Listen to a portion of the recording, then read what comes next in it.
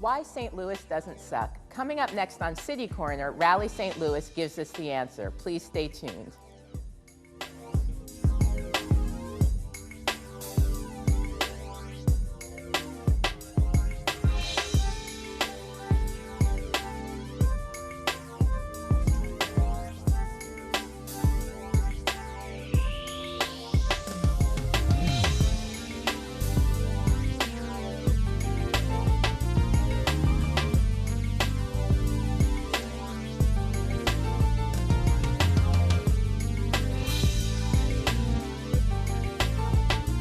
City Corner. I'm your host, Melanie Adams. Today, we're talking with Rally St. Louis founder Brian Cross and Mary Ostafy from Urban Harvest St. Louis. Thank you for joining us. Thanks for having us. See, I knew I would do that on that name. But tell me a little bit, Brian, first about Rally St. Louis and why you started it. Sure, absolutely. And thank you again for having us on. We really appreciate the chance to talk to everybody about Rally. You started off the segment by saying St. Louis doesn't suck, yes. Which is an article that my co-founder, Aaron Perlett, penned and got into Forbes magazine. And really what it was a cry to say, we are much better than our reputation may lead to be. Right. And it was funny, I was reading an article just this morning from The Economist talking about how St. Louis is poised for such growth, but its reputation is holding it back. And we sat around and we scratched our heads and we said, okay, we have this article that so many people have read, and we have a lot of people saying, you know, what are you going to do about it? And we decided, well, it's not necessarily in our hands. We're not the ones that necessarily have all of the answers. So what we did was we put a platform, a tool up that said, hey, I think everybody collectively may have the answer. So what is Rally St. Louis is the big question. Rally St. Louis is simply a platform that allows people with great ideas that may not necessarily be able to take those ideas and do them, fund them, have the knowledge to get it done, to put it out where a crowd of people can rally behind their idea and actually get a few of these great ideas to fruition. Right. Because our end belief is that it doesn't have to be one big giant thing that changes the reputation of St. Louis. We think 1,000 small things will be the tipping point that can make us great and really fix that reputation. And I think one of these projects and ideas is sitting right next to you. Absolutely. And Mary. Can you tell us a little bit about what your idea was? Sure. So my idea is the Food Roof Project, essentially starting an urban farm on a rooftop downtown. So I had a small idea that I think could have a big impact in the community, and Rally really provided the platform for me to introduce that to our community. Right. And as I mentioned as we were talking before the show, you know, some of the comments on the blogs and things, people are like, well, why downtown? There are loads of empty lots, you know, west of downtown. So can you talk a little bit about why you want it, where you're placing it downtown? Well, Urban Harvest STL, the nonprofit that I'm involved in, we have a focus on the downtown community in particular. But I think people should be putting urban farms in all the neighborhoods throughout the city.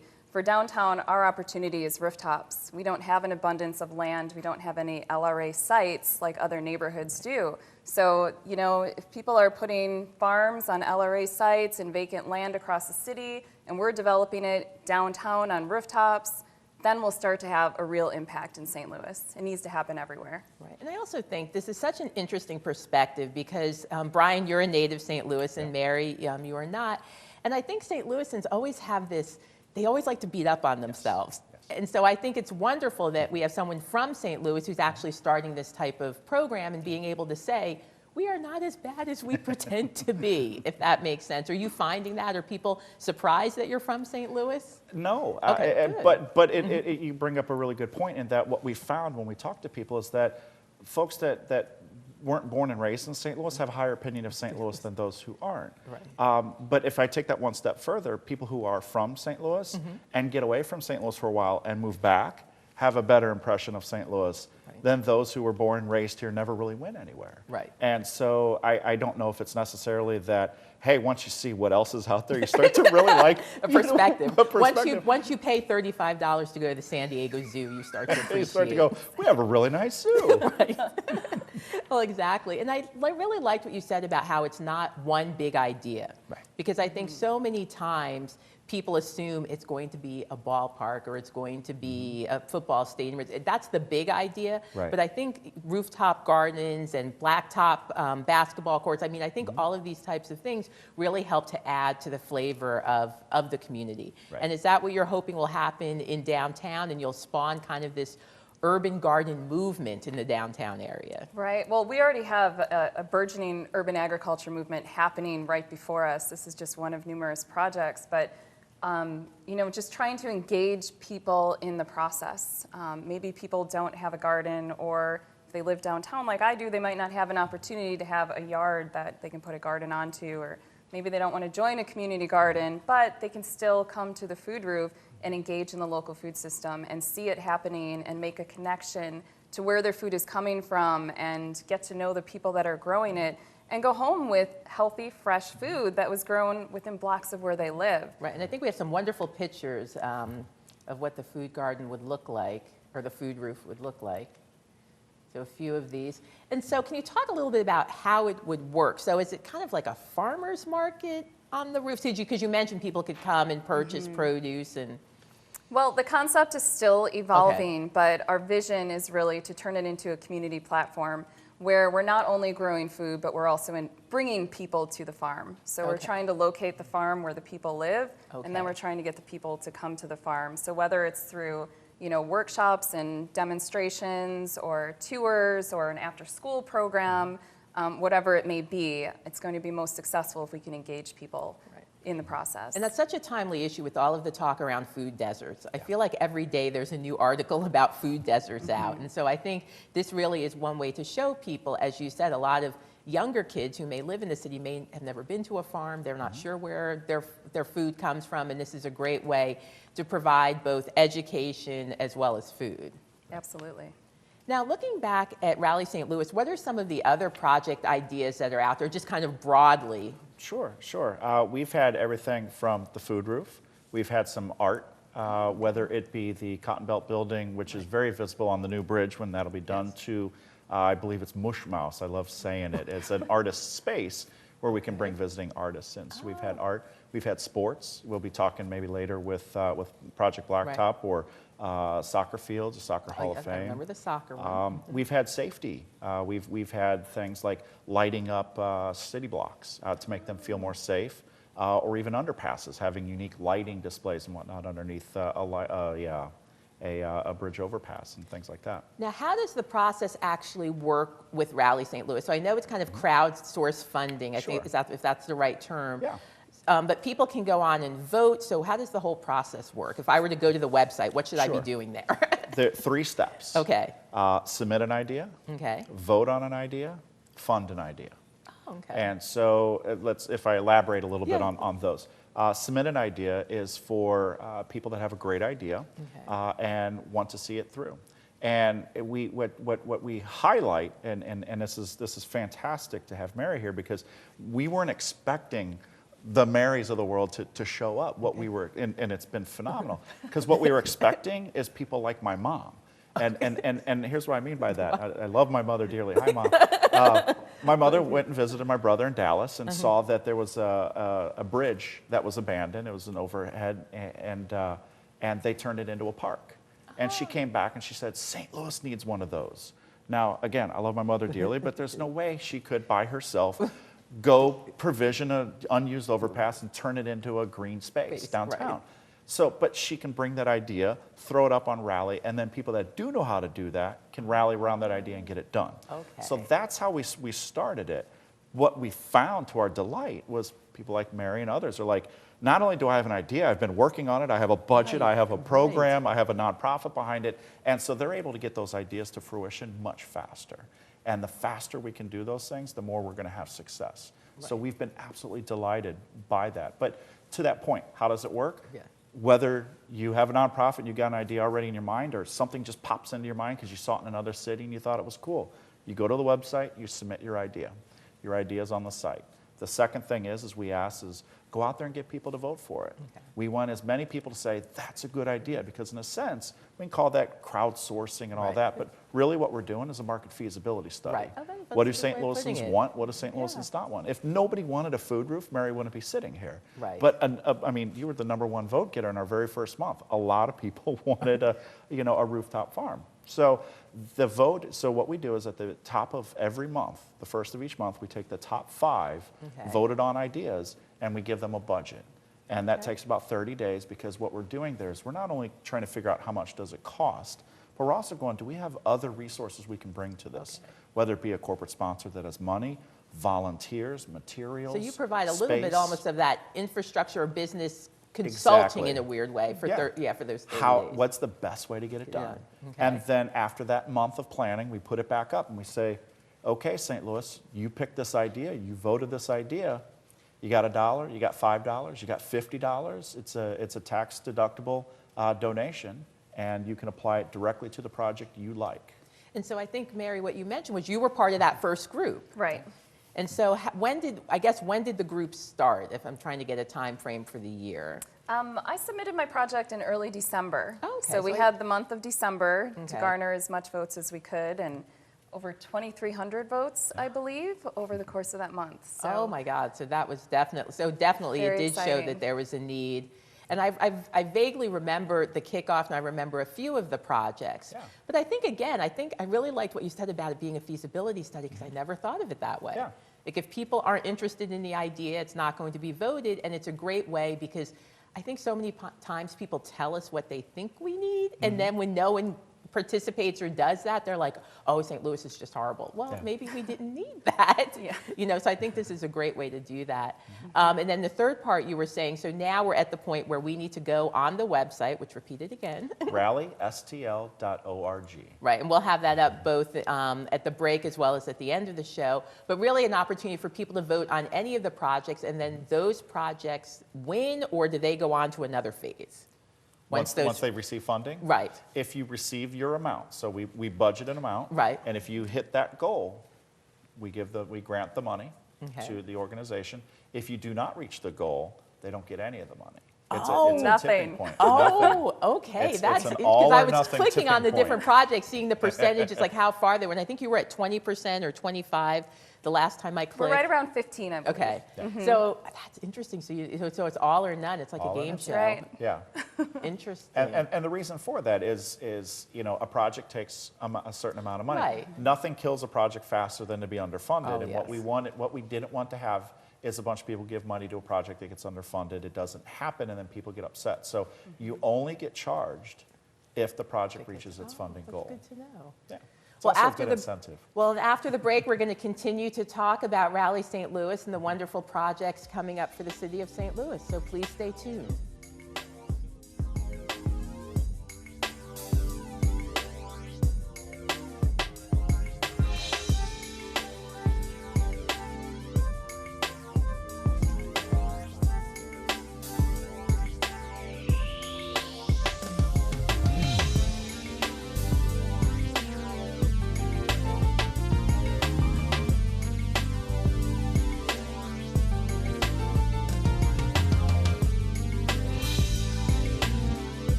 Nice.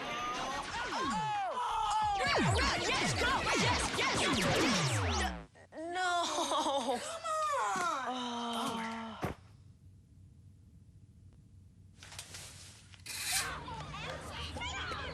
Oops. Yeah, sure. Let's go. Moms everywhere are finding ways to keep kids active and healthy. Works every time. Get ideas, get involved, get going at letsmove.gov. Yo, what up? It's your man Nelly, and you're watching STL TV. Experience the loop all day.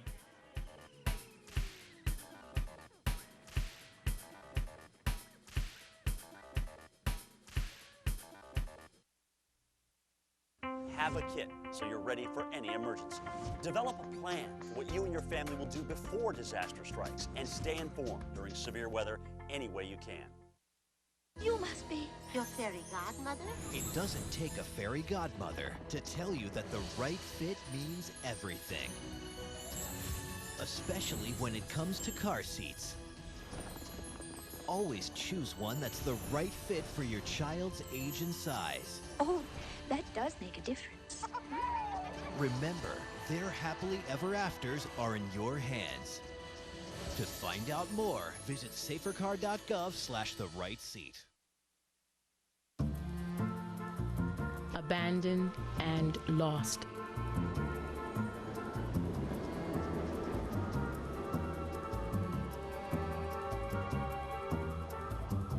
From the dark, cold streets of the city to a cage in the local shelter, to heaven, your lap.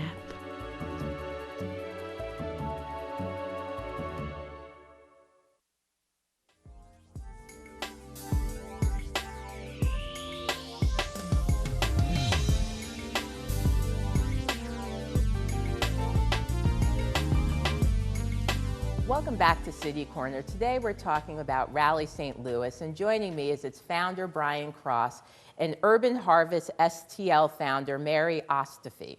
Thank you for joining us again. Well, I think at the end of the last segment, we were talking a little bit about minimal viable product, I think as you put it and you told me, and really how that's important and how this is able to serve as kind of a pilot to see if the ideal work and grow. Can you talk a little bit more about that? Absolutely. We mentioned in the first segment that sometimes we get caught up on the very large idea. Right. And large ideas tend to take longer to come to fruition, and there's a lot of chance for it to not happen in terms of funding or support or whatnot. And so one of the things that we hope will make Rally St. Louis a success is a lot of those small projects can serve as a pilot program to something larger. So the minimal viable product is how small can we make your idea, but make it still successful. Right. And then can we use that as a leverage point to jump off and get something further? Right. So we always talk about one of the ideas right now is Light Up St. Louis. It's a way of taking the Cobra-style overhead street lights that light up the street and leave, ironically enough, the sidewalk completely dark with a little light that lights up the sidewalks to make the neighborhood more safe. And so we said, let's get that so that we can try it out on a few blocks. And if we can fund that and show that it's successful, you can take this program and maybe find dollars elsewhere. The city can jump in. There's plenty of other places to go once you have a successful pilot. And that's also, I think, the same way people look at crowdsourced funding. It's kind of like, well, if I can't give $1 million, I can't give anything. But I think these types of programs have shown that $5, $10, $15 really help when you have hundreds of people give it. Yes. That's right. And so I think it kind of follows that model. And I think, Mary, with your current downtown garden, that's kind of a pilot in a way to begin looking at the project that you're promoting. So can you talk a little bit about the programs and what you're currently doing? Sure. Well, you're exactly right. 2 years ago, we started a downtown community garden, and we didn't really know how much interest there was going to be, but that was essentially our pilot project to gauge the interest of the community. And where is it located? It's located about a block north of City Museum on Martin Luther King Drive. Okay. And we've been full since we opened. We've had a healthy waiting list the entire time. We've had really successful events at the garden. We had a Haunted Harvest Festival, and over 100 people showed up to it last year. So there's a big interest in urban agriculture, and we learned that from starting that small project. And that's what really prepared us to take it to the next level and, bring a food roof to the city. Now, you said there's a wait list, so how does it work? I guess, do you get a small piece of the urban garden, or explain it a little bit?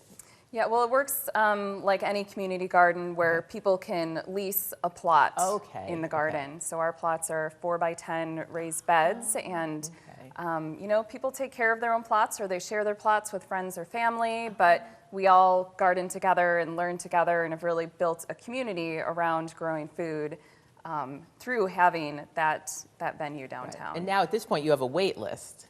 We've had a wait list the entire time. Oh, There's a lot of interest in it, and we'd like to expand. Wonderful. Well, and then what is your connection, Brian, with the corporate community in St. Louis? It's a very strong one. Another surprise to us is you always learn something when you take a project on. Right. And we were told, we talked about the reputation of St. Louis earlier in the segment. Well, one of the reputations is that we're very turf driven, and that no one wants to step on other turf, and people get very defensive. So the advice we were given when we first came up with this idea was, you should probably go talk to everybody else and make sure that they're not upset with your idea. Right, they're not trying to do the same thing. And so we walked into it thinking, okay, somebody may be upset with us, but we explained that, you know, this is a way to do ideas that your corporate mandate may not allow you to do. The CVC is a wonderful organization, but they get their money from the hotels, and they're required to do certain things. The regional chamber, they have membership dues from their members, and they expect certain things, and so the mayor's office and everybody else. Somebody may go, why is the formerly RCGA St. Louis Chamber, why are they pursuing a food roof downtown? They could get criticized for that, but if Rally St. Louis takes it on, it's a wonderful achievement from citizens, and what a great story. So what happened is not only did these organizations feel that we were non-threatening in any way, shape, or form, but they said, we want to get involved. And they've done that through helping us, you know, whether it just be helping get the word out, through sponsorship dollars. Our website would not have been built if we didn't have grants from the Kemper Foundation, the Taylor Family Foundation, and I think Fuse Automotive and Hardee's, and you know, we had a lot of sponsors who jumped in early, and we continue to have them. And they're either helping us out, or some of them are saying, you know, what we do is really well aligned with one of your projects. We'd like to help that specific project out. That's wonderful. So it's been very, very strong. And here's the best part of it all. When somebody comes and says they want to be a sponsor or help us out, we're very upfront to say this is a community program, and it's going to run the way the community says, not you. Right. We don't want a large organization to come in and say, I'm going to give you all this money, but I want you to name it after me, or do this thing that benefits me. We say you're going to be in, whether an anonymous donor, or at the very least, we'll mention your name, but we can't adjust for your dollars. And they've all said, that's the way we want it. It's been refreshing, it's been wonderful, and it's really invigorated us. Well, Mary, I think one of the things you mentioned is even as you're involved in this process, you are still trying to fundraise and do fundraising for your current garden. So can you talk a little bit about what you have coming up? Sure. Well, I mean, we've been fundraising all along. Right. But we do have a planned fundraiser that's going to occur on the evening of Friday, April 19th at Flamingo Bowl downtown. So you can come out and do some bowling for a good cause, and we hope to see people there. Wonderful, wonderful. Well, and I think I want to get back to something we were talking about in the first segment. Really, it's how you started off in the Forbes article about St. Louis doesn't suck. And I think one of the things that St. Louis is always trying to do is create itself in a way that's going to attract and retain young people. And do you think maybe that's part of the reason why a lot of these corporations and things really like the idea, because it's something that may get young people, or maybe not even young people, because you said your mother, it could be people who are just excited about something, if that makes sense. Do you think that's part of it? Absolutely. And I'll give you a perfect example. We were talking to one of the biogenerators, incubators here in St. Louis. And one of the issues that they said they had was when they incubate a company and then they want to attract a CEO in to run the company, they've run into several occasions where the person that they recruited said, I don't want to move to St. Louis. Right. And that's perpetuated by one of the things that made Aaron write the article and why we were so involved in this is The Onion, it's satirical piece, did an article that said the government is creating 4,000 new jobs. That's the good news. The bad news is they're all located in St. Louis. Right. And it was satire, but it just reinforced the point of people don't want to live in St. Louis. So whether it's young people, invigorated people, or anybody, the whole point is if we can change the reputation, if somebody does a Google search, somebody in another city has the prospect of moving to St. Louis, if they type in St. Louis neighborhoods or St. Louis or whatever, if instead of getting we're the most violent city or we're the worst in this or we're worst in health 59th in this, if instead of that they saw that there's a budding entrepreneurial group here, there's a bunch of citizens who are funding their own projects for the betterment of St. Louis, if all of these little projects are what they see, what their outside perspective of St. Louis is going to be is dramatically different than it is today. Right. And that attracts anybody. Not just young or excited people. Right. And Mary, I don't want to put you on the spot, but I know you moved here from Chicago. So was it painful? Was it, I mean, what did you have perceptions of St. Louis before you moved here? And did you do urban gardening in Chicago? Well, see, that's just it. I didn't really have any perceptions of St. Louis before I moved here. I didn't know much about it. I had never been here. I came for a job interview, and I didn't have much of an impression. I just didn't know much about it. But after moving here and being a part of the downtown community, I really think it's a great place to live. I think it's a very dynamic place to live. I like that we're not a completely refined or polished city like the Portlands and Chicagos out there, because there's so much opportunity for people to get involved and step up and take leadership in projects and make things happen and be a part of the change that we all want to see. So I think it's a really great community here. And you can walk to work, which is wonderful. I walk to work every day. I ride my bike to the community garden. I'll be able to walk to the food roof. It doesn't get much better than that. Now, were you involved in urban gardening in Chicago, or is that new when you came to St. Louis and chose to live downtown? I haven't actually really lived anywhere where I've had the opportunity to garden. And that was part of the impetus of wanting to start a community garden and now a food roof in downtown St. Louis, so that people like me, urbanites, have an opportunity to grow their own food. Okay. And I guess, Brian, looking down the road, so 3 to 5 years from now, what are your hopes for Rally St. Louis? I don't know if it's necessarily for Rally St. Louis, but it's for St. Louis. St. Louis, okay. I would love to walk down the street and be able to point to certain things that Rally St. Louis was a platform to help create. If Rally St. Louis is still going, people are more enthused than ever and continuing to submit ideas, and you see the real change through St. Louis, that's going to be the success. And that would be the hope. Okay. And Mary, where do you hope to see Urban Harvest 3 to 5 years from now?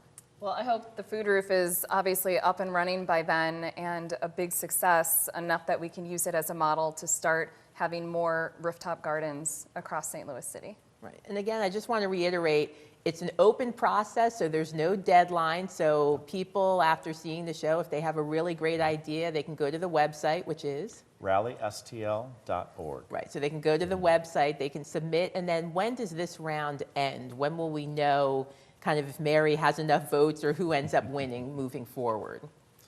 They have 90 days. Okay. So we budgeted in January, and they went up on February 1. So okay, so we still have a little time. Yeah. Okay, so you can still go on and vote for one of your projects. Well, I guess one final question. What would you tell someone moving to St. Louis? And just a quick kind of answer. If someone called you and said, hey, I'm moving to St. Louis, what do you think? I think one of the wonderful things about St. Louis is that whether you want to say we're small enough or just that there's so much room for improvement, that an organization like Rally St. Louis can have a big impact. But St. Louis is also big enough. I mean, we always say that our mission is from O'Fallon, Illinois to O'Fallon, Missouri. This is not just downtown centered. Right. So when you're talking about a metro area of 3 million people, it's large enough that if you make that impact, it's large enough that you can really see that impact and it can be seen on a national scale. So it's small enough that you can actually matter, but big enough that it's something of importance. Okay, well, great. Well, thank you. I'd like to thank my guests here from Rally St. Louis and from Urban Harvest St. Louis. And I encourage you to please check out both websites to learn more about the organization. And please go to Rally St. Louis and vote. And see you next time on City Corner.